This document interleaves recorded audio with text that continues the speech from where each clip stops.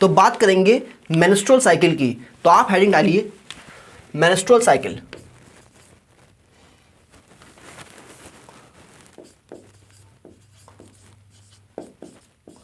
Menstrual cycle, okay. और मैंने आपसे पूछा कि मेंस्ट्रुअल साइकिल क्या है।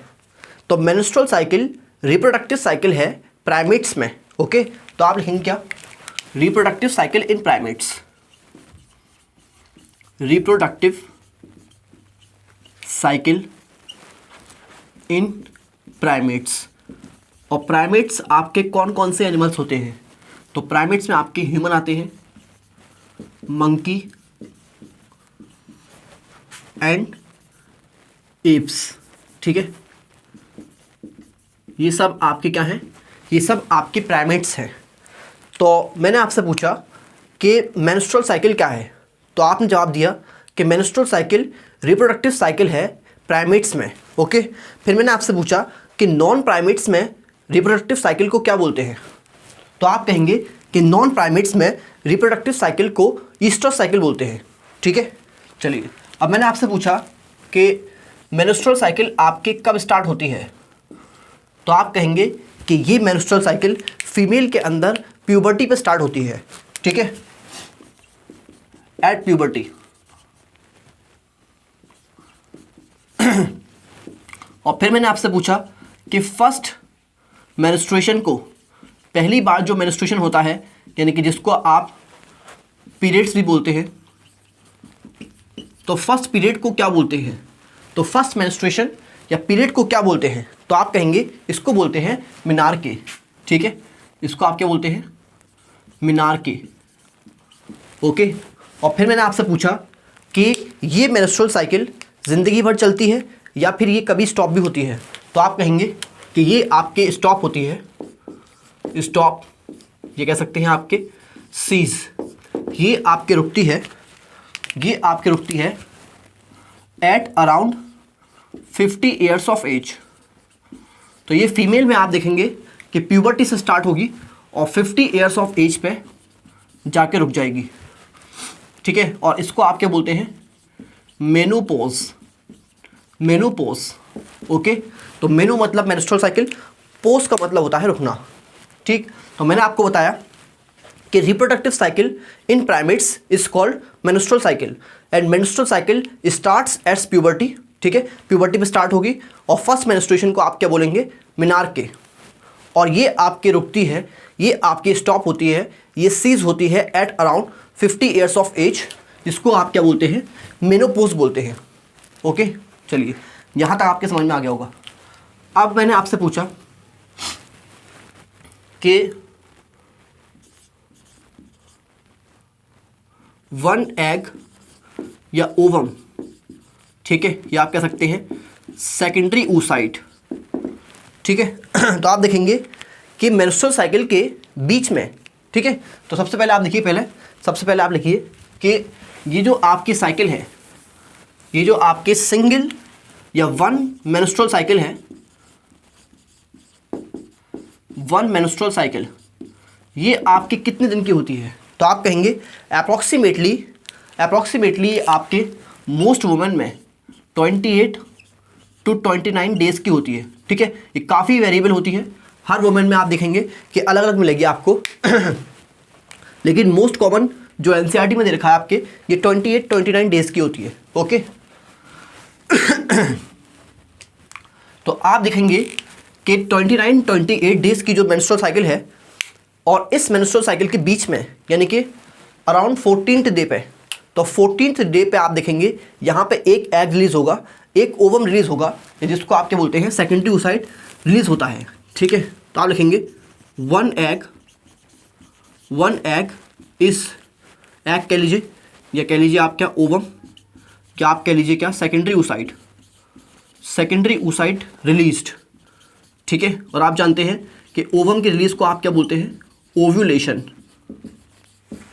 ठीक। तो वन एग या ओवम या secondary oocyte release at the middle of cycle, ठीक है, इसके बीच में middle of cycle around 14th day. तो 14वें दिन पे 14th डे पे आपके एक सेकेंडरी oocyte रिलीज होता है, यानी कि ओवुलेशन होता है आपके 14th डे पे मिडिल ऑफ द साइकिल में। ओके, चलिए अब आप देखेंगे कि ये जो मेंस्ट्रुअल साइकिल है, ये मेंस्ट्रुअल साइकिल आपके दो जगह चलती है। ठीक है, तो मैंने आपको कहा कि मेंस्ट्रुअल साइकिल आपके दो जगह चलती है, एक ये चलती है आपके ओवरी में और एक चलती है आपके यूट्रस में।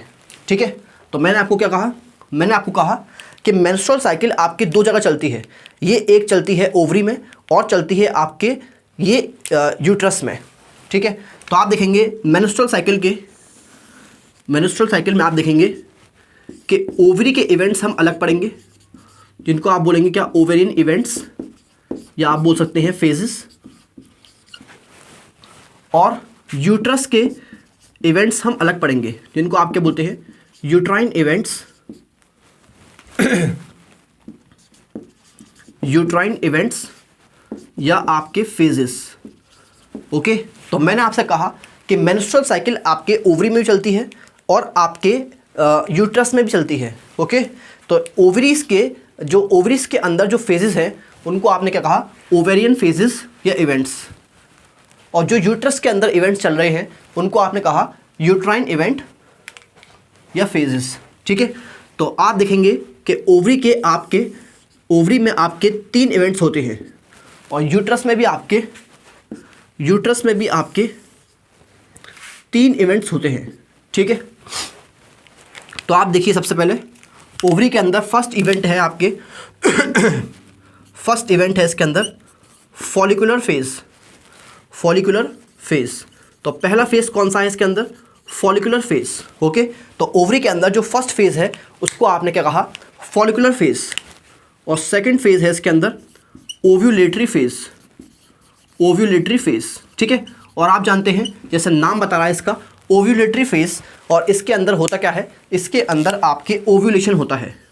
तो आप मुझे बताइए कि ये आपके कौन से दिन होता होगा मेंस्ट्रुअल साइकिल के, तो आप कहेंगे कि ये होता है around middle of the cycle, यानी कि 14th डे पे। ओके, ये ऑलरेडी हम पढ़ चुके हैं। और लास्ट फेज होता है इसके अंदर ल्यूटियल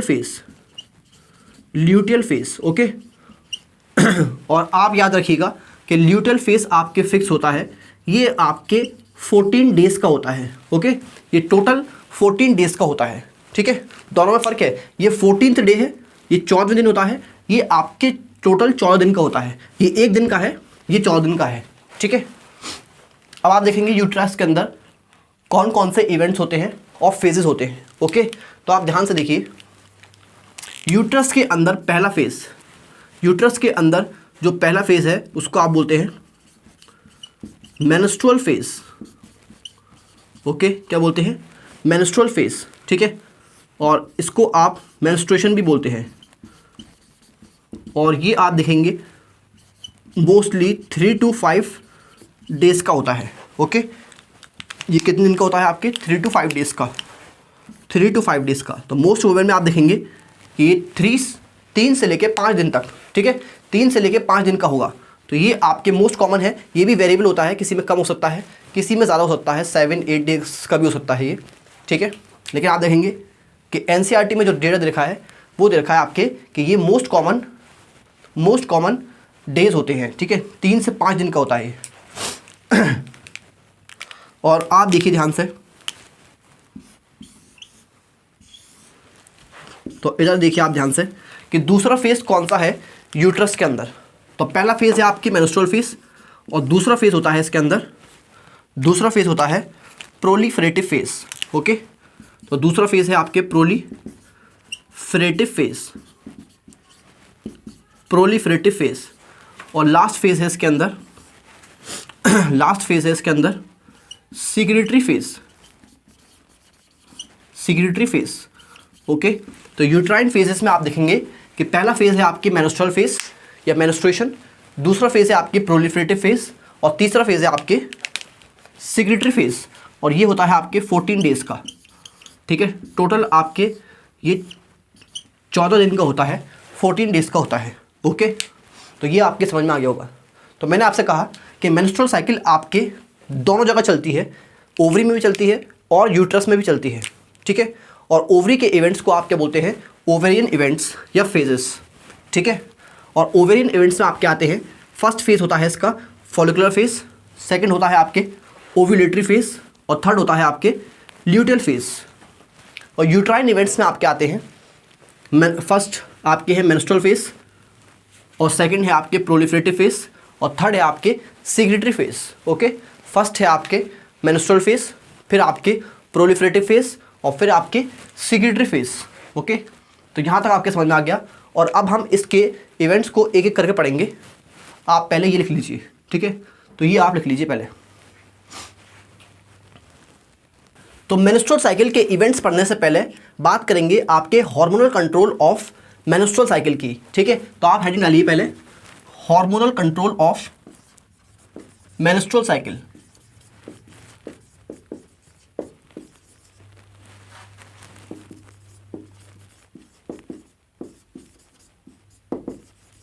ओके, और यहां पर मैंने आपको क्या दिखाया, यहां पर मैंने आपको दिखाया, ये मैंने आपको दिखाया ऊपर हाइपोथैलेमस, हाइपोथैलेमस। ओके, और ये मैंने आपको दिखाया क्या, एंटीरियर पिट्यूटरी, ठीक है। तो ये क्या है आपके एंटीरियर पिट्यूटरी। ओके, ये क्या है आपके एंटीरियर पिट्यूटरी। और ये क्या है आपके, ये है आपके पोस्टीरियर पिट्यूटरी, पोस्टीरियर पिट्यूटरी, ठीक है। तो हाइपोथैलेमस, और हाइपोथैलेमस के नीचे आपके एंटीरियर और पोस्टीरियर पिट्यूटरी। ओके, और हाइपोथैलेमस से आप जानते हैं एक हार्मोन निकलता है जिसको आप बोलते हैं गोनाडोट्रोपिन रिलीजिंग हार्मोन, ठीक है। तो ये हार्मोन आपके निकलता है हाइपोथैलेमस से प्यूबर्टी के टाइम पे, और ये जाके एक्ट करता है किस पे, ये एक्ट करेगा आपके एंटीरियर पिट्यूटरी पे, और एंटीरियर पिट्यूटरी से निकलवाएगा आपके GN, और GN का मतलब है आपके गोनाडोट्रोपिन्स, ठीक है। और आपकी बॉडी में दो गोनाडोट्रोपिन्स होते हैं, एक होता है आपके FSH फॉलिकल स्टिमुलेटिंग हार्मोन, और एक होता है आपके LH ल्यूटिनाइजिंग हार्मोन, ठीक है। तो मैंने आपको कहा कि हाइपोथैलेमस से प्यूबर्टी के टाइम पे एक हार्मोन निकलता है जिसको आप बोलते हैं गोनाडोट्रोपिन रिलीजिंग हार्मोन, ठीक है। और ये जाके एक्ट करता है किस पे, एंटीरियर पिट्यूटरी पे, और एंटीरियर पिट्यूटरी से निकलवाता है गोनाडोट्रोपिन्स। और आपकी बॉडी में दो गोनाडोट्रोपिन्स होते हैं, FSH और LH, ठीक है। तो यहाँ तक आपकी समझ में आ गया होगा। अब फॉलिकल स्टिमुलेटिंग हार्मोन का काम क्या है कि ये आपके फॉलिकल को स्टिमुलेट करेगा और उसकी ग्रोथ करवाएगा, ठीक है। तो आप कहेंगे ये करवाता है growth of follicle, growth of follicle, ठीक है।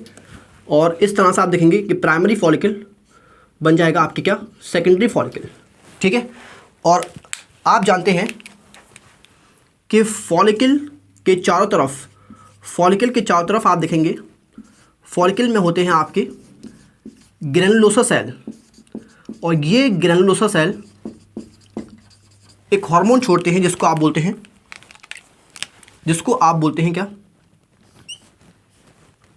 ईस्ट्रोजन, और ये आपके छोड़ते हैं क्या, इनहिबिन, ठीक है।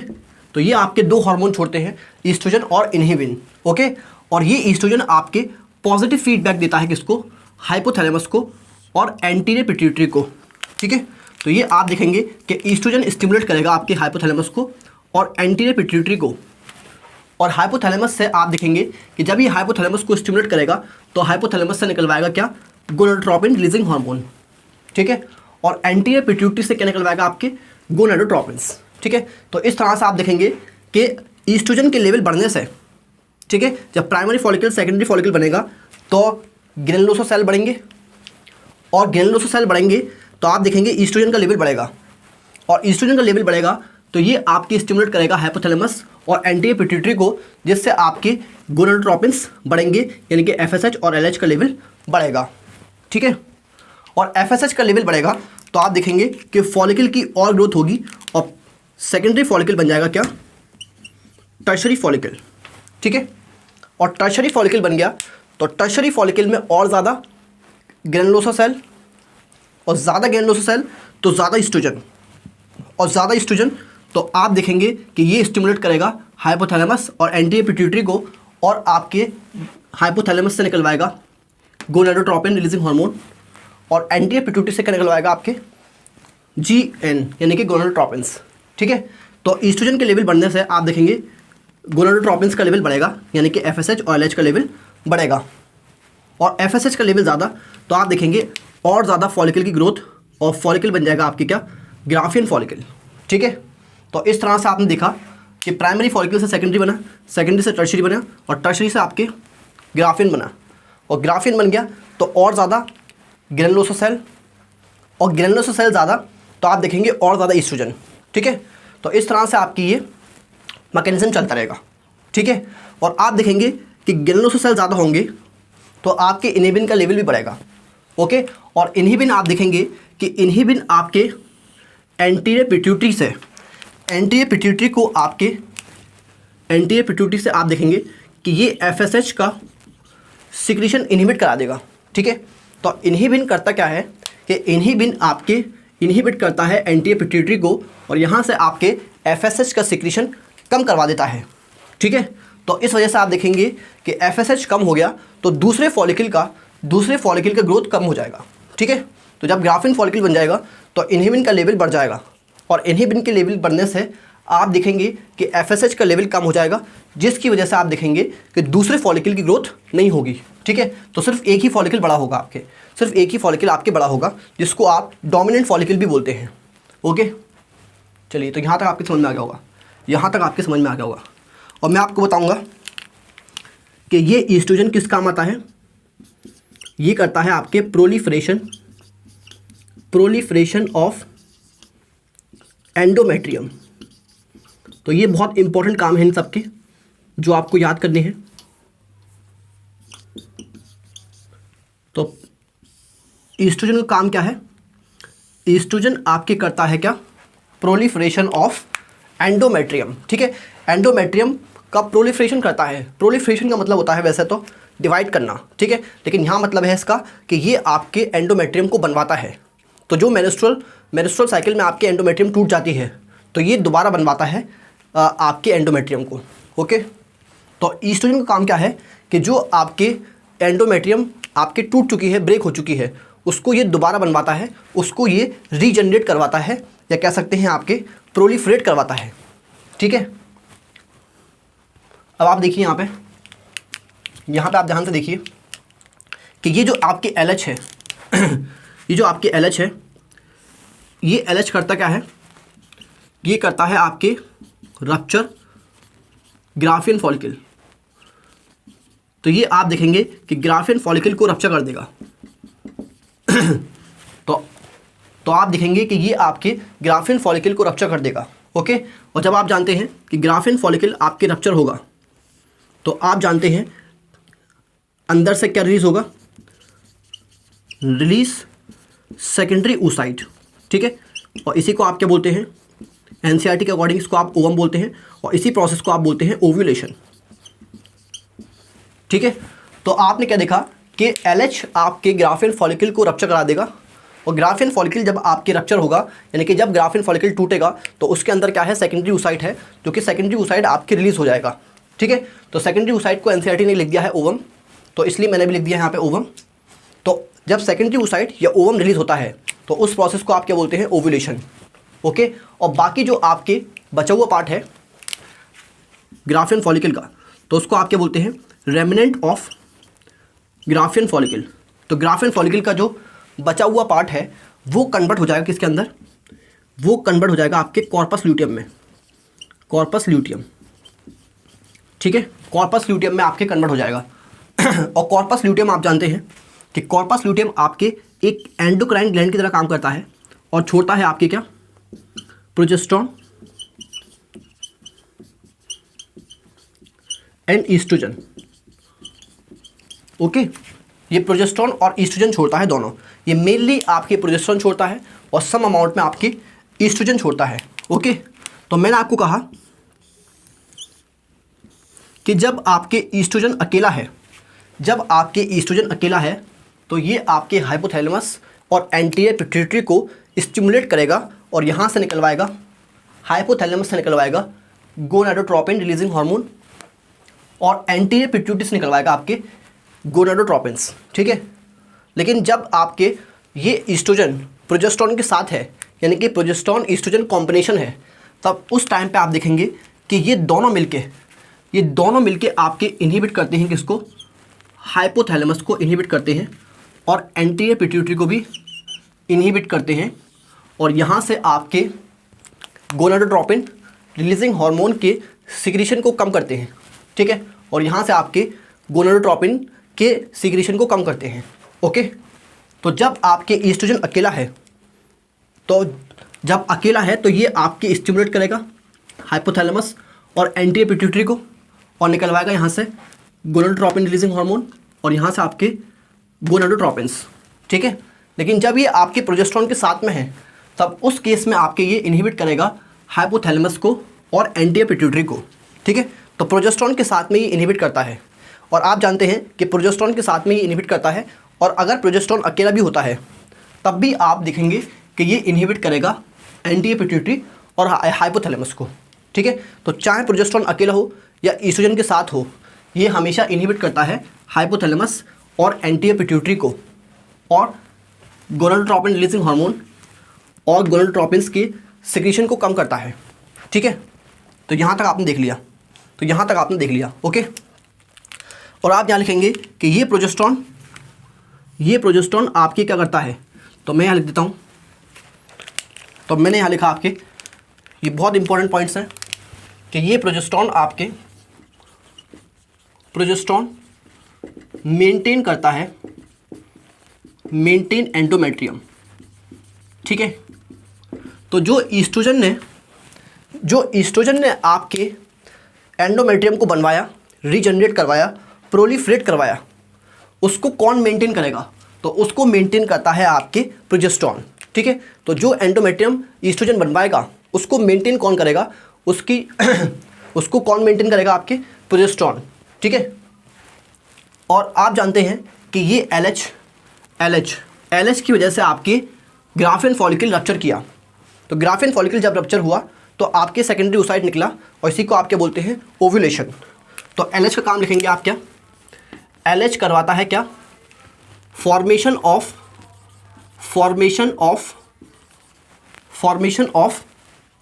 तो पहले आप लिखेंगे कि LH करवाता है क्या, ओव्यूलेशन, और ये आपके रेस्पॉन्सिबल होता है किसके लिए, फॉर्मेशन ऑफ कॉर्पस ल्यूटियम, ठीक है। तो ग्राफियन फॉलिकल जब रप्चर करेगा तो आपकी सेकेंडरी ओसाइट निकलेगा या ओवम निकलेगा और जो बचा हुआ पार्ट है उसका कन्वर्ट हो जाएगा किसके अंदर, कॉर्पस ल्यूटियम के अंदर। तो इसलिए आप लिखेंगे कि LH रेस्पॉन्सिबल है फॉर्मेशन ऑफ कॉर्पस ल्यूटियम, ठीक है। लेकिन आप देखेंगे कि ये कॉर्पस ल्यूटियम को सिर्फ बनवाता नहीं है, बल्कि ये इसको मेंटेन भी करता है, ठीक है। तो जब तक आपके LH का लेवल हाई रहेगा तब तक आप देखेंगे कि कॉर्पस ल्यूटियम आपके मेंटेन रहेगा, वो आपके डिजेनरेट नहीं करेगा, वो आपके डाई नहीं होगा, ठीक है, मरेगा नहीं। तो फॉर्मेशन एंड मेंटेन, ये मेंटेन भी करता है किसको, कॉर्पस ल्यूटियम को, ठीक है, कॉर्पस ल्यूटियम को ये आपके मेंटेन भी करता है, ओके। तो ये आपके कॉर्पस ल्यूटियम को मेंटेन भी करता है, ओके। चलिए, तो ये आपके समझ में आ गया होगा। ये काम तीनों बहुत इंपॉर्टेंट हैं। एक आपके ईस्ट्रोजन जो आपके क्या करवाता है, एंडोमेट्रियम को बनवाता है, प्रोलिफरेशन करवाता है, ठीक है। और दूसरा है आपके कि ये आपके प्रोजेस्टेरोन मेंटेन करता है एंडोमेट्रियम को और ये आपके LH मेंटेन करता है कॉर्पस ल्यूटियम को, ठीक है। तो ये आपके बनवाता भी है कॉर्पस ल्यूटियम को और मेंटेन भी करता है, ठीक है। तो ये आपके समझ में आ गया होगा। और अब हम बात करेंगे आपके फेजेस ऑफ मेंस्ट्रुअल साइकिल, ठीक है। तो ये आपके समझ में आ गया होगा, ठीक है। तो ये आप लिख लीजिए। तो एनसीईआरटी में आपके मेंस्ट्रुअल साइकिल का डायग्राम दे रखा है, तो वो डायग्राम हम समझेंगे पहले, ठीक है, और उसके बाद हम इवेंट्स के बारे में लिखेंगे, ओके। तो यहाँ पर मैंने बनाया आपके डायग्राम, ठीक है। तो यहाँ पर आप लिखिए यूट्राइन इवेंट्स, ओके। और यहाँ पर आप लिखिए ओवेरियन हॉर्मोन्स, और यहाँ पर लिखिए ओवेरियन इवेंट्स, और यहाँ पर आप लिखिए पिट्यूटरी हॉर्मोन्स के, और यहाँ पे हम लिखेंगे ओवेरियन इवेंट्स। तो सबसे पहले बात करेंगे ओवेरियन इवेंट्स की, ठीक है। तो ओवेरियन इवेंट्स में आप जानते हैं जो सबसे पहला इवेंट है वो है आपके फॉलिकुलर फेज, ठीक है। तो फॉलिकुलर फेज में क्या होता है कि फॉलिकुलर फेज में आपके फॉलिकल की ग्रोथ होती है, ठीक है। तो आप जानते हैं कि प्राइमरी फॉलिकल, ओवरी में प्राइमरी फॉलिकल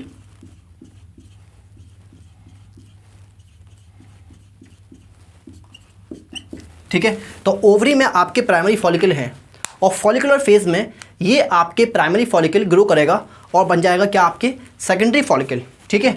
तो ये होता कैसा है, ये आपके प्यूबर्टी पे जब फीमेल के हाइपोथैलेमस से गोनाडोट्रोपिन रिलीजिंग हार्मोन निकलता है, ठीक है, और वो आपके स्टिमुलेट करता है एंटीरियर पिट्यूटरी को, जिससे आपके गोनाडोट्रोपिन्स निकलते हैं, ठीक है, जैसे आपके FSH और LH, ठीक है। और FSH आपके ग्रोथ करता है फॉलिकल की, ठीक है। तो गोनाडोट्रोपिन रिलीजिंग हार्मोन स्टिमुलेट करता है एंटीरियर पिट्यूटरी को और निकलवाता है आपके गोनाडोट्रोपिन्स जैसे FSH और LH, ठीक है। और FSH आपकी ग्रोथ करता है फॉलिकल की। तो आप देखेंगे कि ये फॉलिकल FSH की वजह से ग्रो कर जाएगा और बन जाएगा आपके क्या, सेकेंडरी फॉलिकल, ठीक है। ये आपके ग्रो कर गया और क्या बन गया, सेकेंडरी फॉलिकल, ओके। और आप जानते हैं फॉलिकल आपके ईस्ट्रोजन छोड़ता है और फॉलिकल के ये जो ग्रैनुलोसा सेल हैं, ये ग्रैनुलोसा सेल ईस्ट्रोजन छोड़ते हैं, ठीक है। तो फॉलिकल आपके ईस्ट्रोजन छोड़ता है और ईस्ट्रोजन आपके स्टिमुलेट करता है हाइपोथैलेमस को और हाइपोथैलेमस से गोनाडोट्रोपिन रिलीजिंग हार्मोन निकलवाता है, ठीक है। और ये गोनाडोट्रोपिन रिलीजिंग हार्मोन स्टिमुलेट करेगा एंटीरियर पिट्यूटरी को और गोनाडोट्रोपिन का लेवल बढ़ाएगा, ठीक है। तो आप देखेंगे जैसे जैसे आपके ईस्ट्रोजन का लेवल बढ़ेगा वैसे वैसे आपके FSH और LH का लेवल भी बढ़ेगा, ठीक है। तो ईस्ट्रोजन ज़्यादा तो FSH LH ज़्यादा, ईस्ट्रोजन कम तो FSH LH कम, ठीक है। क्योंकि आपके ईस्ट्रोजन स्टिमुलेट करता है गोनाडोट्रोपिन रिलीजिंग हार्मोन को हाइपोथैलेमस में, ठीक है। और अब आप देखिए ध्यान से देखिए, जैसे जैसे आपके ईस्ट्रोजन ज़्यादा होगा वैसे वैसे आपके FSH LH ज़्यादा होंगे और FSH ज़्यादा होगा तो फॉलिकल की ग्रोथ होगी और फॉलिकल ग्रो करेगा तो ग्रैनुलोसा सेल बढ़ेंगे और ग्रैनुलोसा सेल बढ़ेंगे तो आपके ईस्ट्रोजन का लेवल भी बढ़ेगा, ठीक है। और ईस्ट्रोजन का लेवल बढ़ेगा तो आपके FSH LH का लेवल बढ़ेगा और FSH का लेवल बढ़ेगा तो और ग्रोथ होगी फॉलिकल की, और ग्रोथ होगी फॉलिकल की तो और ईस्ट्रोजन बढ़ेगा, ठीक है। और ऐसे ही आपके ये प्रोसेस चलता रहेगा। देखिए FSH की वजह से और ग्रोथ हुई और ये बन गया आपकी टर्शरी फॉलिकल और टर्शरी फॉलिकल के पास और ज़्यादा ग्रैनुलोसा सेल हैं, ठीक है। और ज़्यादा ग्रैनुलोसा सेल तो और ज़्यादा ईस्ट्रोजन, और ज़्यादा ईस्ट्रोजन तो और ज़्यादा FSH LH और ज़्यादा FSH तो आप देखेंगे कि और ज़्यादा ग्रोथ होगी फॉलिकल की, ठीक है। और ये बन जाएगा आपके ग्राफियन फॉलिकल, ठीक है। ये क्या बन जाएगा आपके ग्राफियन फॉलिकल। और ग्राफियन फॉलिकल आपके और भी ज़्यादा, ग्राफियन फॉलिकल के पास और भी ज़्यादा ग्रैनुलोसा सेल हैं, और ज़्यादा ग्रैनुलोसा सेल तो और ज़्यादा आपकी ईस्ट्रोजन, ठीक है। तो अगर मैं आपकी ईस्ट्रोजन का ग्राफ बनाऊं तो ईस्ट्रोजन ग्राफ कुछ इस तरह से आएगा। ग्राफियन फॉलिकल के साथ आप देखेंगे ये ईस्ट्रोजन का आपके पीक आएगा, ठीक है। ओके, ये आपके समझ में आ गया होगा। और आप जानते हैं कि जो बड़ा फॉलिकल है ग्राफियन फॉलिकल ये ज़्यादा ईस्ट्रोजन छोड़ेगा और ज़्यादा ईस्ट्रोजन तो ज़्यादा FSH और LH। तो यहाँ पर आप देखेंगे कि FSH और LH का भी पीक आएगा, ओके। तो पिट्यूटरी में आप देखेंगे कि LH का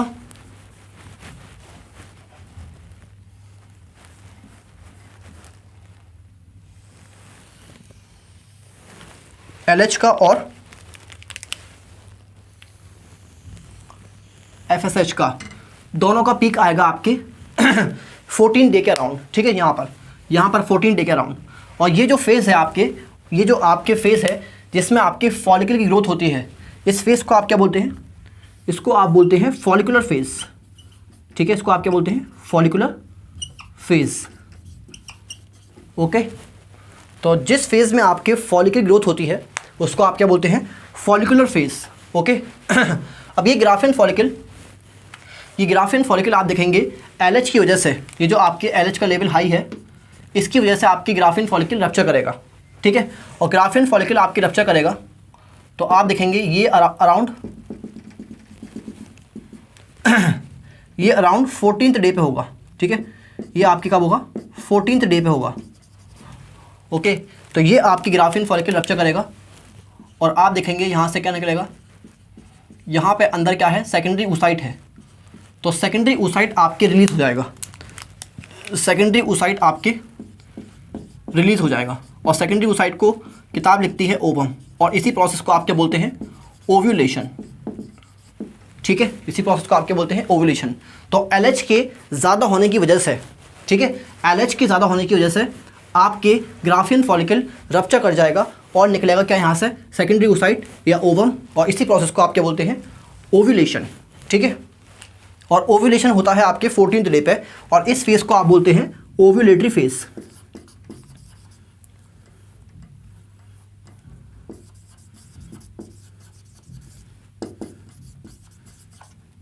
ठीक है, इस फेज़ को आप क्या बोलते हैं?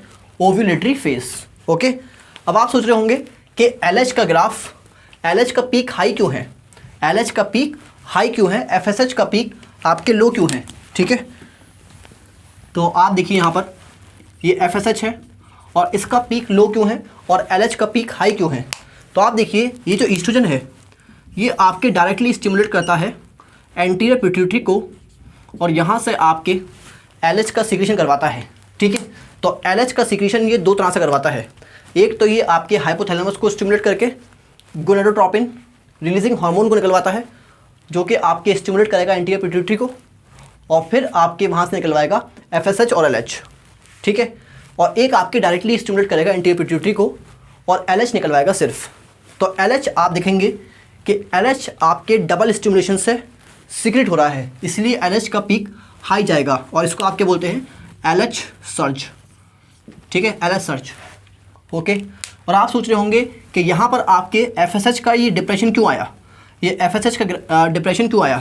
तो आप देखेंगे ये जो बड़ा फॉलिकल है ग्राफियन फॉलिकल, यहाँ पे ये जो ग्रेनुलोसा सेल हैं, ये ग्रेनुलोसा सेल आपके इनहिबिन भी छोड़ते हैं, और इनहिबिन आप जानते हैं इनहिबिट करता है एंटीरियर पिट्यूटरी से FSH के सिक्रीशन को, ठीक है, ये इनहिबिट करता है FSH के सिक्रीशन को एंटीरियर पिट्यूटरी में।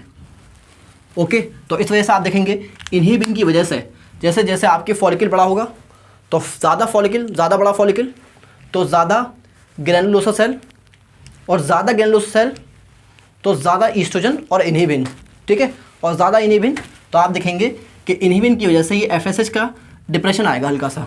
ओके, तो ये आपके समझ में आ गया होगा, ये आपके समझ में आ गया होगा। ओके, अब आप देखिए कि ये जो आपके बचा हुआ पार्ट है ग्राफियन फॉलिकल का, ये जो बचा हुआ पार्ट है ग्राफियन फॉलिकल का, ये आपके कन्वर्ट हो जाएगा किसके अंदर? कॉर्पस ल्यूटियम के अंदर।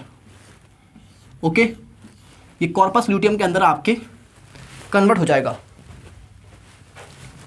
Corpus luteum, corpus luteum.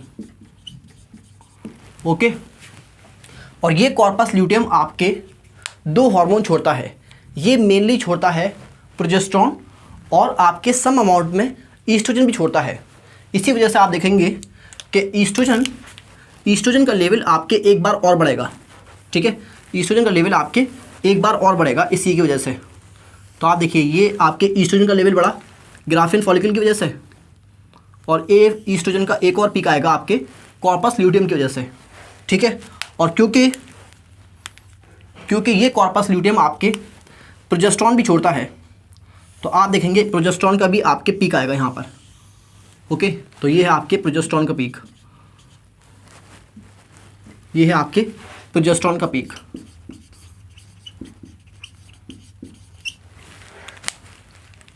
और ये है आपके ईस्ट्रोजन। ओके। तो ये आपके समझ में आ गया होगा, ये आपके समझ में आ गया होगा। और इस फेज को क्या बोलते हैं, जहाँ पर ये जो बचा हुआ पार्ट है रेमिनेंट है ग्राफियन फॉलिकल का, जिसमें ये रेमिनेंट कन्वर्ट हो जाता है कॉर्पस ल्यूटियम में। तो इस फेज को आप क्या बोलते हैं, इस फेज को आप बोलते हैं ल्यूटियल फेज, ल्यूटियल फेज, ठीक है। और ल्यूटियल फेज में आप जानते हैं ये क्या बनता है, कॉर्पस ल्यूटियम बनता है, luteal phase, okay, luteal phase.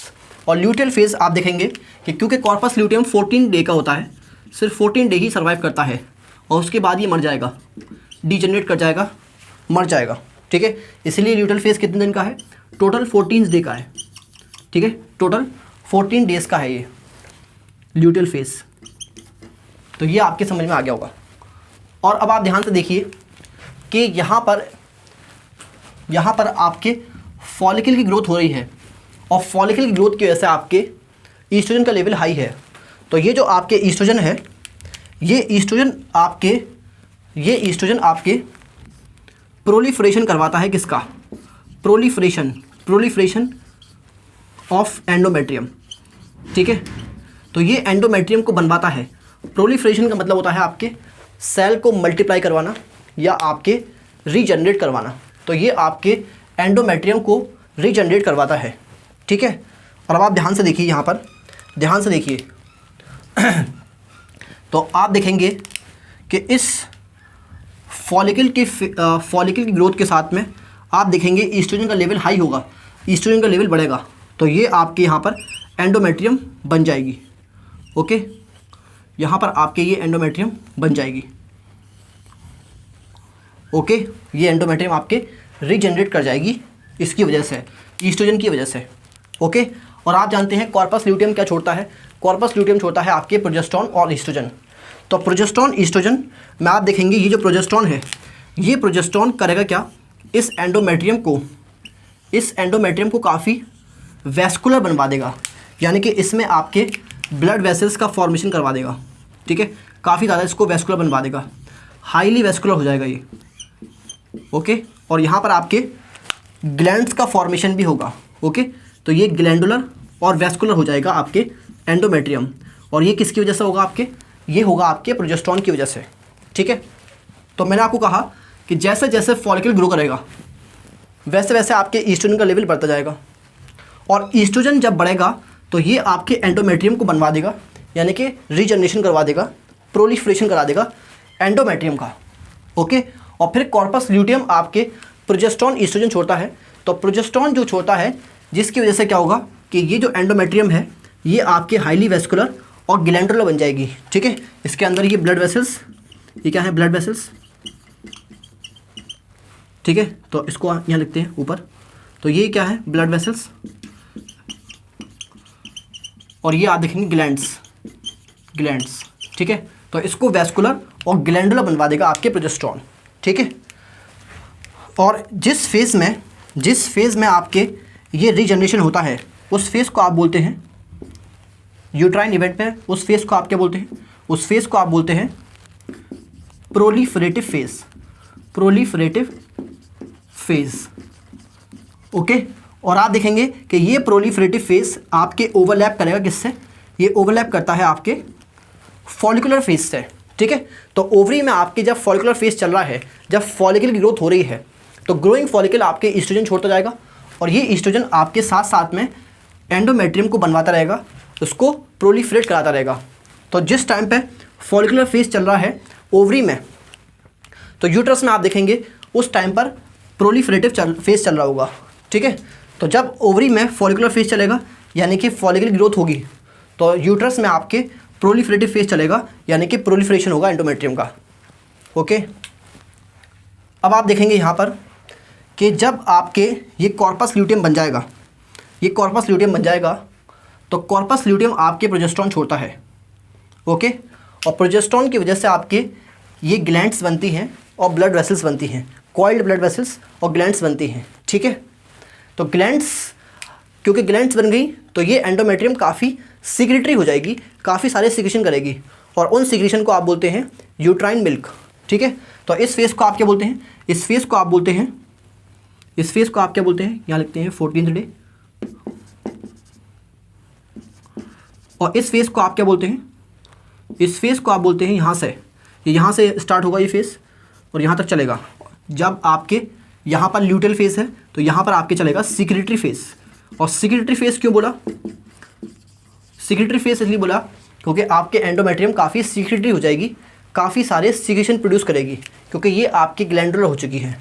Okay, तो ग्लैंडुला होने की वजह से आपके ये काफ़ी सारे सीक्रेशन प्रोड्यूस करेगी, जिसको आप यूट्राइन मिल्क बोलते हैं। और इसी फेज़ को आप क्या बोलते हैं, सिक्रेटरी फेज़। और सिक्रेटरी फेज़ आपके ओवरलैप करता है किससे, ये ओवरलैप करता है आपके ल्यूटेल फेज़ से।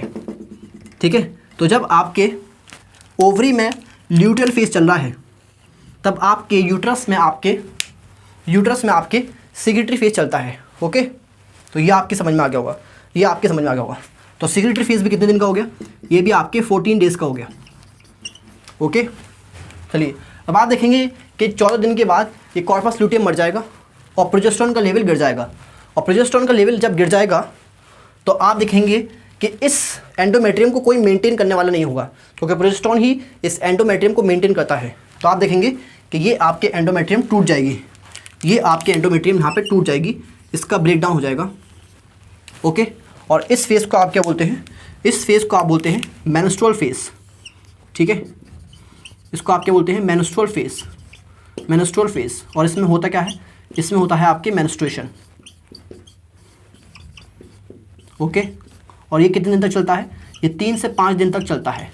ओके, और इसमें आपके क्योंकि यहाँ पर आपके बहुत सारे ब्लड वेसल्स टूटे हैं और ग्लैंड्स टूटी हैं, तो ग्लैंड्स का आपके जो म्यूकस होगा वो और प्लस ब्लड, तो ब्लड प्लस म्यूकस मिलकर, ब्लड प्लस म्यूकस मिल करके आपके वजाइना से बाहर आएगा। ठीक है, तो ब्लड प्लस म्यूकस मिल करके वजाइना से बाहर आएगा, जिसको आप क्या बोलते हैं, मेंसेस। ठीक है, तो ये क्या है, आपके मेंसेस है। ओके, और इस प्रोसेस को आप क्या बोलते हैं, मेंस्ट्रुएशन, या नॉर्मल लैंग्वेज में आप बोलते हैं पीरियड्स। ओके, तो ये आपकी समझ में आ गया होगा। तो ब्लड प्लस म्यूकस आपके निकल के आएगा, जिसको आप मेंसेस बोलते हैं। ठीक है, तो आपने देखे, आपने 3 इवेंट देखे ओवरी में और 3 इवेंट देखे आपके यूट्रस में। ठीक है, तो ओवरी के अंदर पहला इवेंट है क्या, फॉलिकुलर फेज़। और फॉलिकुलर फेज़ में क्या होता है, फॉलिकल की ग्रोथ होती है। ठीक है, तो ये फॉलिकल आपके प्राइमरी सेकेंडरी बन जाएगा, सेकेंडरी से टर्शरी और टर्शरी से आपके ग्राफियन। ओके, और ये होगा किसकी वजह से, आपके ये होगा आपके FSH की वजह से। और जैसे जैसे आपकी ग्रो करता जाएगा ये आपके ईस्ट्रोजन छोड़ता जाएगा। ओके, तो ईस्ट्रोजन आप देखेंगे, ईस्ट्रोजन का पीक आएगा, ये आपके ईस्ट्रोजन का फर्स्ट पीक है। ये फर्स्ट पीक क्यों आया, ड्यू टू ग्राफियन फॉलिकल। ठीक है, और उसके बाद आप देखेंगे कि ये जो आपके ईस्ट्रोजन का लेवल बढ़ रहा है, तो ये अब जब आपके ईस्ट्रोजन का लेवल बढ़ेगा तो ये हाइपोथैलेमस को स्टिमुलेट करेगा और वहाँ से निकलवाएगा गोनाडोट्रोपिन रिलीजिंग हार्मोन। ओके, और फिर आपके वो स्टिमुलेट करेगा एंटीरियर पिट्यूटरी को, और एंटीरियर पिट्यूटरी से निकलवाएगा गोनाडोट्रोपिन्स जैसे FSH और LH। तो जैसे जैसे ईस्ट्रोजन का लेवल बढ़ेगा वैसे वैसे आपके FSH और LH का लेवल बढ़ेगा। और आप देखेंगे यहाँ पर आपके FSH और LH का ग्राफिन फॉलिकल 14 डे के अराउंड इन दोनों का पीक आएगा, और LH का पीक थोड़ा ज़्यादा आएगा। क्यों, क्योंकि आपके ईस्ट्रोजन डायरेक्टली स्टिमुलेट करता है एंटीरियर पिट्यूटरी को और आपके सिर्फ LH का सिक्रेशन करवाता है, इसीलिए LH का पीक आपके ज़्यादा आता है। इसी को आप LH सर्ज बोलते हैं। अब LH की वजह से ये ग्राफिन फॉलिकल रप्चर कर जाएगा और ग्राफिन फॉलिकल में से आपके सेकेंडरी ओसाइड रिलीज़ होगा, और इसी को आपके बोलते हैं ओव्यूलेशन। तो सेकेंडरी फेज़ क्या हो गया, सेकेंड फेज़ क्या होगा आपके, ओव्यूलेटरी फेज़, जिसमें आपके ये ओव्यूलेशन होता है, और ये होता है आपके 14th डे पे। और उसके बाद आप देखेंगे कि ये जो बचा हुआ पार्ट है, रेमिनेंट पार्ट है ग्राफिन फॉलिकल का, ये कन्वर्ट हो जाएगा किसके अंदर, कॉर्पस ल्यूटियम के अंदर। ओके, और कॉर्पस ल्यूटियम के अंदर ये कन्वर्ट हो जाएगा, और इस फेज़ को आप क्या बोलते हैं, ल्यूटेल फेज़। ठीक है, तो ल्यूटेल फेज़ में आपके रेमिनेंट पार्ट जो है, बचा हुआ पार्ट जो है ग्राफिन फॉलिकल का, क्या बन जाएगा, कॉर्पस ल्यूटियम। और क्योंकि ये 14 डेज़ तक सर्वाइव करता है तो ल्यूटेल फेज़ आपके 14 डेज़ का होगा। और कॉर्पस ल्यूटियम आपके प्रोजेस्टेरोन छोड़ता है मेनली, और सम अमाउंट में ईस्ट्रोजन छोड़ता है। तो इस वजह से आप देखेंगे कॉर्पस ल्यूटियम की वजह से प्रोजेस्टेरोन का पीक आएगा और ईस्ट्रोजन का पीक आएगा, और ये ईस्ट्रोजन का सेकंड पीक होगा ईस्ट्रोजन का। ओके, फर्स्ट पीक आया ग्राफिन फॉलिकल की वजह से, और सेकंड पीक आया आपके कॉर्पस ल्यूटियम की वजह से। ओके, ऐसे ही आप देखेंगे यूट्रस के अंदर जो पहला इवेंट है, जो पहला फेज़ है वो है मेंस्ट्रुअल फेज़। उसके बारे में मैं आपको बाद में बताता हूँ। पहले हम पढ़ेंगे प्रोलिफरेटिव फेज़। तो प्रोलिफरेटिव फेज़ में क्या होगा कि जैसे जैसे आपके फॉलिकुलर फेज़ चल रहा है ओवरी के अंदर, तो ओवरी के अंदर जब फॉलिकुलर फेज़ चल रहा है तो वहाँ पर फॉलिकल की ग्रोथ हो रही है, और ये ग्रोइंग फॉलिकल ईस्ट्रोजन छोड़ता है, और ईस्ट्रोजन आपके प्रोलिफरेशन करवाएगा एंडोमेट्रियम का। तो ये आपके एंडोमेट्रियम को बनवा देगा, इसका प्रोलिफरेशन करवा देगा। ओके तो ये आपके एंडोमेट्रियम बन जाएगा ईस्ट्रोजन की वजह से। और उसके बाद जब कॉर्पस ल्यूटियम बनेगा ल्यूटियल फेज़ में, तो ल्यूटियल फेज़ में कॉर्पस ल्यूटियम बनेगा जो कि आपके प्रोजेस्टेरोन छोड़ेगा। तो प्रोजेस्टेरोन इसके अंदर कॉइल्ड ब्लड वेसल बनवा देगा और ग्लैंड्स बनवा देगा, और इसको हाईली सिक्रेटरी बना देगा, क्योंकि ग्लैंड्स बन गई तो ग्लैंड्स आपके सिक्रेशन करेंगी, तो ये हो जाएगा आपके सिक्रेटरी काफ़ी, एंडोमेट्रियम आपके काफ़ी सिक्रेटरी हो जाएगी, और इसीलिए इसको क्या बोलते हैं सिक्रेटरी फेज़। तो प्रोलिफरेटिव फेज़ आपके ओवरलैप करता है फॉलिकुलर फेज़ से। तो यूट्रस के अंदर जो प्रोलिफरेटिव फेज़ है वो ओवरलैप करता है फॉलिकुलर फेज़ से, और यूट्रस के अंदर जो सिक्रेटरी फेज़ है वो ओवरलैप करता है आपके ल्यूटियल फेज़ से। ओके, तो जब ओवरी में फॉलिकुलर फेज़ चल रहा है तो यूट्रस में आपके कौन सा चलेगा, प्रोलिफरेटिव फेज़ चलेगा। और जब ओवरी में आपके ल्यूटियल फेज़ चल रहा है तो यूट्रस में आपके सिक्रेटरी फेज़ चलता है। ओके, और उसके बाद जब आप देखेंगे कॉर्पस ल्यूटियम मर जाएगा, तो कॉर्पस ल्यूटियम के मरने से प्रोजेस्टेरोन का लेवल घट जाएगा। तो प्रोजेस्टेरोन जब घटेगा तो ये आपके एंडोमेट्रियम को मेंटेन करने वाला कोई नहीं होगा, तो एंडोमेट्रियम आपकी ब्रेक कर जाएगी, और आप देखेंगे एंडोमेट्रियम के ब्रेक करने से ये ब्लड वेसल्स और ग्लैंड्स टूट जाएंगी, और ग्लैंड से आपके म्यूकस और ब्लड वेसल से आपके ब्लड, तो ब्लड प्लस म्यूकस यानी कि मेंसिस रिलीज़ होगा वजाइना से, जिसको आप क्या बोलते हैं मेंस्ट्रुएशन। ठीक है, और मेंस्ट्रुअल फेज़ या मेंस्ट्रुएशन 3 to 5 डेज़ का होता है। Okay, commonly. तो ये आपकी मेंस्ट्रुअल साइकिल का ग्राफ पढ़ लिया हमने, और इन इवेंट्स के बारे में हम इसके बाद में लिखेंगे। तो पहले आप ये लिख लीजिए। तो यहाँ तक आपने ओवेरियन इवेंट और यूट्राइन इवेंट को डायग्राम में समझा। अब हम इन इवेंट्स के बारे में लिखेंगे। ओके, तो सबसे पहले लिखेंगे आपके ओवेरियन इवेंट्स के बारे में। तो यहाँ पर आप लिखिए ओवेरियन इवेंट्स।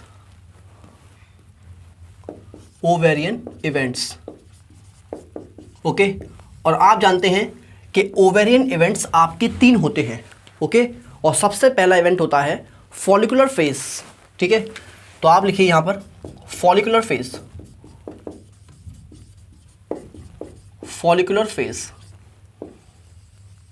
ओके, अब आप देखिए ध्यान से कि फॉलिकुलर फेज़ में क्या होगा कि जब प्यूबर्टी पे हाइपोथैलेमस से गोनाडोट्रोपिन रिलीजिंग हार्मोन निकलेगा तो वो आपके एंटीरियर पिट्यूटरी को स्टिमुलेट करेगा, और यहाँ से आपके निकालेगा क्या, गोनाडोट्रोपिन्स, जैसे आपके FSH और LH। ठीक है, और ये FSH आप देखेंगे कि इस FSH की वजह से फॉलिकल की क्या होगी, फॉलिकल की ग्रोथ होगी। ओके, तो आप देखेंगे कि यहाँ पर ये क्या करेगा, ग्रोथ ऑफ फॉलिकल। ओके, तो आपने देखा कि प्यूबर्टी पे जब हाइपोथैलेमस से गोनाडोट्रोपिन रिलीजिंग हार्मोन निकलेगा तो ये गोनाडोट्रोपिन रिलीजिंग हार्मोन आपके स्टिमुलेट करेगा एंटीरियर पिट्यूटरी को, और एंटीरियर पिट्यूटरी से ये निकलवाएगा गोनाडोट्रोपिन्स जैसे FSH और LH। ओके, और FSH आपके करता क्या है, फॉलिकल की ग्रोथ करता है। ठीक है, तो फॉलिकल की ग्रोथ जो होगी आपके, तो आप देखेंगे यहाँ पर ये प्राइमरी फॉलिकल बन जाएगा सेकेंडरी फॉलिकल। ओके, और सेकेंडरी फॉलिकल बन जाएगा आपके टर्शरी फॉलिकल, और टर्शरी फॉलिकल बन जाएगा आपके ग्राफियल फॉलिकल या मेच्योर फॉलिकल। ठीक है, अब आप जानते हैं कि इस फॉलिकल के पास ग्रेनुलोसा सेल होते हैं, और ये ग्रेनुलोसा सेल ईस्ट्रोजन छोड़ते हैं। ओके, तो ये जो आपके ग्रेनुलोसा सेल हैं फॉलिकल में, ये आपके क्या छोड़ते हैं, ईस्ट्रोजन छोड़ते हैं। ओके, तो किताब में डायरेक्टली लिखा है कि फॉलिकल ईस्ट्रोजन छोड़ता है, लेकिन आप जानते हैं फॉलिकल के ग्रेनुलोसा सेल जो है वो ईस्ट्रोजन छोड़ते हैं, और ये ईस्ट्रोजन आपके फर्दर स्टिमुलेट करता है किसको, हाइपोथैलेमस को, और हाइपोथैलेमस से निकलवाता है गोनाडोट्रोपिन रिलीजिंग हार्मोन, और गोनाडोट्रोपिन रिलीजिंग हार्मोन आपके एंटीरियर पिट्यूटरी को स्टिमुलेट करेगा, और वहाँ से आपके निकलवाएगा क्या, गोनाडोट्रोपिन्स जैसे FSH और LH। ठीक है, और इसी वजह से आप देखेंगे कि फॉलिकल जैसे जैसे आपके फॉलिकल का साइज़ बढ़ता जाएगा वैसे वैसे आप देखेंगे कि ग्रैनुलोसा सेल भी बढ़ते जाएंगे, और ज़्यादा ग्रैनुलोसा सेल तो ज़्यादा ईस्ट्रोजन। तो इस वजह से आप देखेंगे कि इस फॉलिकल की वजह से यहाँ पर इसका फर्स्ट पीक आएगा। फर्स्ट पीक ये हम आपके डायग्राम में देख चुके हैं। और ये जो ईस्ट्रोजन है, जब ईस्ट्रोजन का पीक आएगा आपके, तो ईस्ट्रोजन आपके स्टिमुलेट करता है हाइपोथैलेमस को और निकलवाता है गोनाडोट्रोपिन रिलीजिंग हार्मोन, और फिर वो आपकी स्टिमुलेट करता है एंटीरियर पिट्यूटरी को, और एंटीरियर पिट्यूटरी से निकलवाता है गोनाडोट्रोपिन्स जैसे FSH और LH। तो ईस्ट्रोजन का जब पीक आएगा तो FSH और LH का पीक भी आएगा, ठीक है। तो आप कहेंगे इन दोनों का भी आपके क्या आता है, पीक आता है, FSH और LH का। ओके, LH का थोड़ा ज़्यादा आता है क्योंकि मैंने आपको बताया था कि ईस्ट्रोजन डायरेक्टली भी स्टिमुलेट करता है हाइपोथैलेमस को और आपके सिर्फ LH का सिक्रेशन करवाता है। इसीलिए आप देखेंगे कि LH का ग्राफ थोड़ा ऊपर है, LH सर्ज बोलते हैं उसको। ओके, और ये होता है जब आपके ग्राफिन फॉलिकल बन चुका होता है एट अराउंड 14th डे पे, ठीक है। अब आप जानते हैं कि सेकंड फेज है ओव्यूलेटरी फेज। ओव्यूलेटरी फेज क्योंकि यहाँ पर LH का लेवल हाई है तो ये LH करेगा क्या, ये ग्राफिन फॉलिकल को रप्चर कर देगा। ओके, ये ग्राफिन फॉलिकल को आपके रप्चर कर देगा। तो आप लिखेंगे कि ये जो आपके LH है ये LH कर देगा क्या, रप्चर ग्राफिन फॉलिकल। और जब ग्राफिन फॉलिकल आपकी रप्चर करेगा तो आप जानते हैं इसके अंदर से सेकेंडरी ओसाइट या जैसे NCERT लिखती है ओवम, वो रिलीज़ होगा, ठीक है। तो आपके यहाँ पर सेकेंडरी ओसाइट या कह लीजिए आपके ओवम रिलीज़ होगा, और इसी प्रोसेस को आप क्या बोलते हैं, इसी प्रोसेस को आप बोलते हैं ओव्यूलेशन। ओके, इसी प्रोसेस को आप क्या बोलते हैं, ओव्यूलेशन। ओके, और आप जानते हैं कि जब ये आपके ग्राफिन फॉलिकल रप्चर करेगा तो अपने अंदर से ये सेकेंडरी oocyte को निकाल देगा, और बाकी बचे हुए हिस्से को आप क्या बोलते हैं, रेमिनेंट ऑफ ग्राफिन फॉलिकल, ठीक है। बाकी बचे हुए हिस्से को क्या बोला आपने, remnant of graphene follicle. Okay, चलिए, तो LH की वजह से क्या होता है आपके, ये ग्राफिन फॉलिकल रप्चर करता है यानी कि ओव्यूलेशन होता है। ओके, और आप देखेंगे यहाँ पर थर्ड फेज में जिसको आप क्या बोलते हैं, जिसको आप बोलते हैं ल्यूटियल फेज। ल्यूटियल फेज में क्या होगा कि ये जो आपके रेमिनेंट पार्ट है, बचा हुआ पार्ट है ग्राफिन फॉलिकल का, रेमिनेंट ऑफ ग्राफिन फॉलिकल, ये आपके कन्वर्ट हो जाएगा किसके अंदर, कॉर्पस ल्यूटियम के अंदर। ओके, ये कॉर्पस ल्यूटियम के अंदर कन्वर्ट हो जाएगा। और आप जानते हैं कि कॉर्पस ल्यूटियम सीक्रेट करता है प्रोजेस्टेरोन एंड ईस्ट्रोजन, ठीक है। ये मेनली क्या छोड़ता है, मेनली प्रोजेस्टेरोन छोड़ता है और सम अमाउंट में आपके ईस्ट्रोजन भी छोड़ता है, ठीक है। तो इसकी वजह से आप देखेंगे कि कॉर्पस ल्यूटियम की वजह से, क्योंकि कॉर्पस ल्यूटियम आपके ईस्ट्रोजन छोड़ता है, तो ईस्ट्रोजन का यहाँ पर सेकंड पीक आएगा और प्रोजेस्टेरोन का आपके फर्स्ट पीक आएगा। ये हम आपके डायग्राम में देख चुके हैं। ओके, तो यहाँ पर आपने ये देख लिया, तो यहाँ पर आपने ल्यूटियल फेज देख लिया। और कॉर्पस ल्यूटियम आप जानते हैं कि कॉर्पस ल्यूटियम आपके 14 डेज़ के बाद, 14 डेज़ में, ठीक है, तो ये आपके डीजनरेट कर जाएगा, मर जाएगा इन 14 डेज़। ओके, ये 14 डेज़ में आपके डीजनरेट कर जाएगा, और इसकी वजह से आप देखेंगे कि प्रोजेस्टेरोन का लेवल आपके गिर जाएगा, ठीक है। तो जब मैं अगर मैं बात करूं आपके यूट्राइन फेज की, ठीक है, तो अगर मैं बात करूं यूट्राइन इवेंट्स की,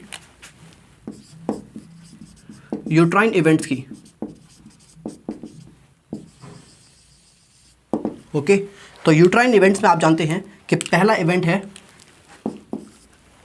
है आपके मेंस्ट्रुअल फेज, या आप बोल सकते हैं इसको मेंस्ट्रुएशन, ठीक है। तो आप जानते हैं कि जब कॉर्पस ल्यूटियम आपके डीजेनरेट कर जाएगा तो कॉर्पस ल्यूटियम आपके प्रोजेस्टेरोन छोड़ता है, तो कॉर्पस ल्यूटियम के डीजेनरेट करने से प्रोजेस्टेरोन का लेवल डिक्रीज होगा, और प्रोजेस्टेरोन आपके मेंटेन करता है एंडोमेट्रियम को, ठीक है।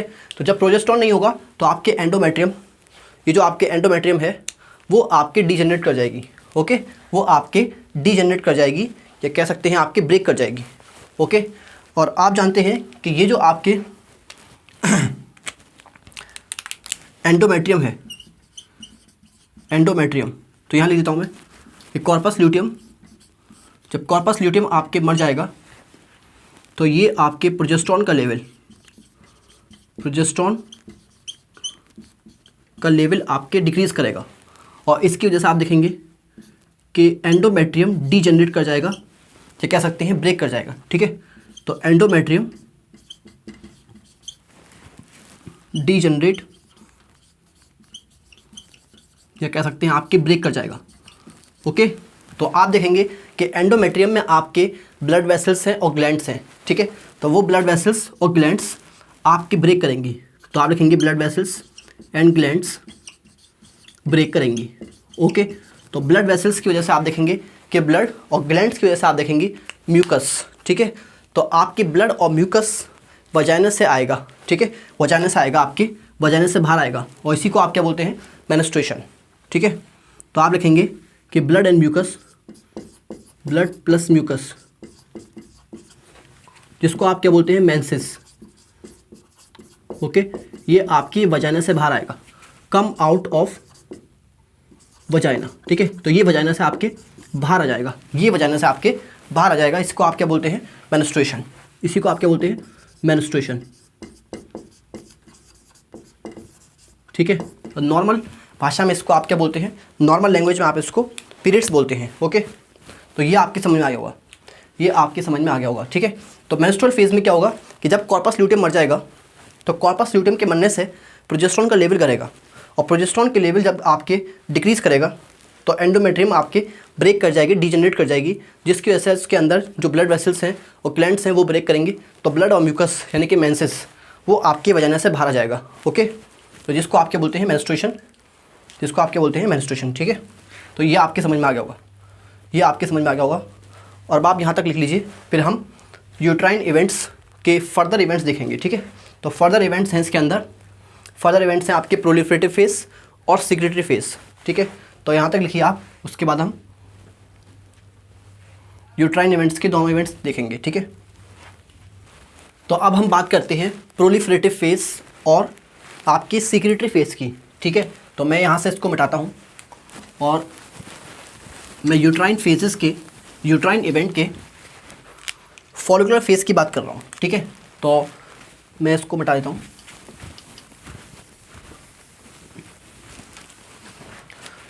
और मैंने आपके लिखा यहाँ पे यूट्राइन इवेंट में सेकंड फेज, और सेकंड फेज है आपके प्रोलिफरेटिव फेज,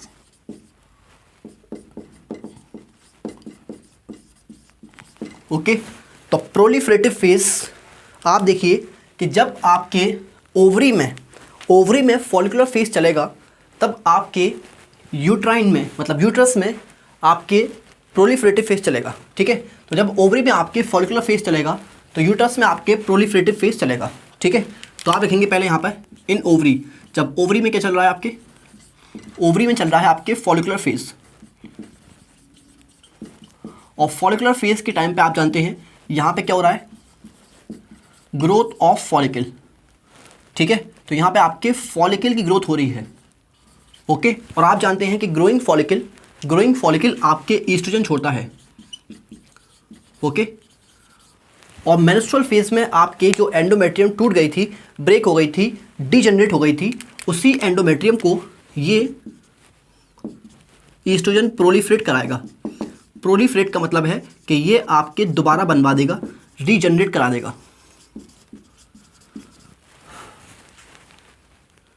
ठीक है। तो प्रोलिफरेशन करा देगा या आपके रीजनरेशन करा देगा, किसका, एंडोमेट्रियम का, ओके। तो आप जानते हैं कि प्रोजेस्टेरॉन के गिरने से जो एंडोमेट्रियम ब्रेक हो गई थी वो अब प्रोलिफरेटिव फेज में दोबारा बन जाएगी ड्यू टू ईस्ट्रोजन, ओके। तो बस इसमें यही होगा। और लास्ट फेज है आपके सिक्रेटरी फेज, सिक्रेटरी फेज, और ये सिक्रेटरी फेज आपके ओवरलैप करता है किससे? ये ओवरलैप करता है आपके ओवरी के ल्यूटेल फेज से। तो जब ओवरी में आपके ल्यूटेल फेज चल रहा है, जब ओवरी में आपके ल्यूटेल फेज चल रहा है, तो आप देखेंगे कि वहाँ पर कॉर्पस ल्यूटियम बनेगा, और कॉर्पस ल्यूटियम आप जानते हैं कि कॉर्पस ल्यूटियम सीक्रेट करता है progesterone and oestrogen, progesterone and oestrogen. Okay, तो ये मेनली आपके प्रोजेस्टेरॉन सीक्रेट करता है। तो ये जो आपके एंडोमेट्रियम ईस्ट्रोजन ने बनवाई है, अब इस एंडोमेट्रियम के अंदर बहुत सारी ब्लड वेसल्स, यानी कि ये आपके एंडोमेट्रियम को, प्रोजेस्टेरॉन आपके एंडोमेट्रियम को बहुत ज़्यादा वेस्कुलर और ग्लैंडुलर यानी कि ग्लैंड्स का फॉर्मेशन करवा देगा, ठीक है। और ग्लैंड बन जाएंगी तो आपकी ये एंडोमेट्रियम काफ़ी सिक्रेटरी हो जाएगी, काफ़ी सारे सिक्रेशन करेगी, जिसको आप यूट्राइन मिल्क बोलते हैं, ठीक है। इसीलिए इस फेज़ का नाम है सिक्रेटरी फेज़। तो ये प्रोजेस्टेरॉन आपकी करता क्या है कि make endometrium highly vascular and glandular, ठीक है। और ग्लैंडुलर हो जाएगी आपके तो सिक्रेटरी हो जाएगी, ठीक है, काफ़ी सिक्रेटरी हो जाएगी। ओके, जब इसके अंदर ग्लैंड्स बन जाएंगी तो आपके ये काफ़ी सिक्रेटरी हो जाएगी और आपके बहुत सारे सिक्रेशन करेगी, जिसको आप बोलते हैं यूट्राइन मिल्क। ओके, और ये यूट्राइन मिल्क आपके इंपॉर्टेंट होता है अर्ली डेवलपमेंट ऑफ एम्ब्रियो के लिए। ओके, तो ये आपके समझ में आ गया होगा, ठीक है। तो प्रोलिफरेटिव फेज आपके ओवरलैप करता है ओवरी के फॉलिकुलर फेज से, और जब वहाँ पर फॉलिकुलर फेज चल रहा है तो फॉलिकल की ग्रोथ हो रही है, और ये जो ग्रोइंग फॉलिकल है आपके, ये ईस्ट्रोजन छोड़ता है, और ईस्ट्रोजन से आप देखेंगे कि मेंस्ट्रुअल फेज में जो आपके ब्रेक हो गई थी एंडोमेट्रियम, वो दोबारा बन जाएगी, उसका प्रोलिफरेशन हो जाएगा, ठीक है। अब ये जो एंडोमेट्रियम बन गई, अब ये आपके सिक्रेटरी फेज में प्रोजेस्टेरॉन की वजह से काफ़ी वेस्कुलर हो जाएगी, मतलब इसके अंदर बहुत सारी कॉइल्ड ब्लड वेसल बन जाएंगी, और इसमें आपके काफ़ी सारी ग्लैंड्स बन जाएंगी, तो ये ग्लैंडुलर बन जाएगी, और ग्लैंड्स बन गई तो काफ़ी सारे सिक्रेशन करेगी, इसीलिए क्या बोलेंगे इसको सिक्रेटरी। ओके, और ये सीक्रेट करेगी आपकी यूट्राइन मिल्क, जो कि अर्ली एम्ब्रियो डेवलपमेंट के लिए इंपॉर्टेंट है। ओके, तो ये आपने देख लिया मेंस्ट्रुअल साइकिल, ठीक है। तो मेंस्ट्रुअल साइकिल आपके यहाँ पर कंप्लीट हो गई।